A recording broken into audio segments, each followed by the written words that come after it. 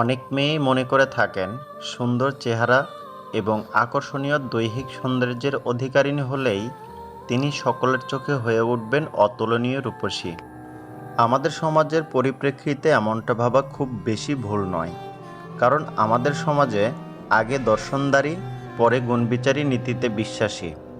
আকর্ষণীয় চেহারা ও দেহের কারণেই নারীরা হয়ে ওঠেন রূপসী অন্য একজনের চোখে। এটাই কি আসলে ঠিক? না, মোটেও নয়। বরং নারীর সৌন্দর্য লুকিয়ে আছে অন্যখানে। কিছু বিশেষ গুণেই একজন নারী হতে পারেন অতুলনীয় সুন্দরী। একজন আবেগহীন নারী যতই সুন্দরী হোক না কেন, তার সকল সৌন্দর্যই বৃথা। একজন নারীকে অপূর্ব করে তোলে তার মেয়েলি আবেগগুলো। তার সকল ব্যাপারে ইমোশনাল হয়ে পড়া, যে কোনো সম্পর্ক টিকিয়ে রাখার আপ্রাণ চেষ্টা, এইসবই একজন নারীর অনেক বড় সৌন্দর্য।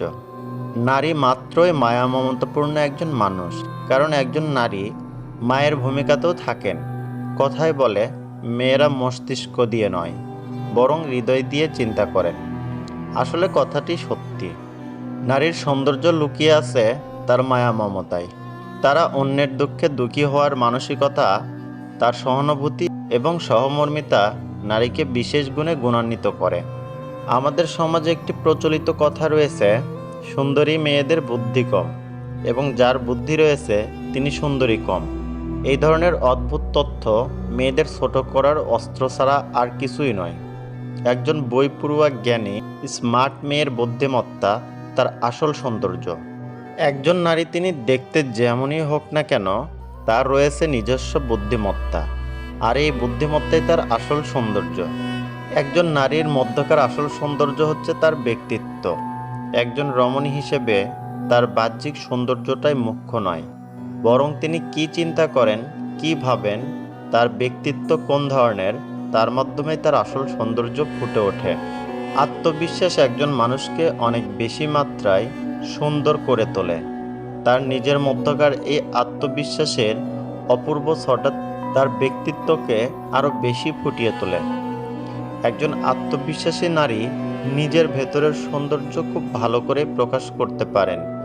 তখন তিনি আসলে হয়ে ওঠেন একজন অনন্যা। একজন নারী তিনি কী বা করতে পারেন? দুর্বল প্রকৃতির নারীকে অনেক বেশি অবহেলা করা হয়ে থাকে আমাদের এই সমাজে।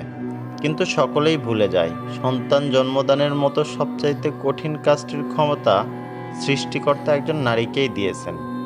একজন নারীর সৌন্দর্য প্রকাশ পায় তার কাজের প্রতি শ্রদ্ধা, ভালোবাসা, প্যাশনের মাধ্যমে।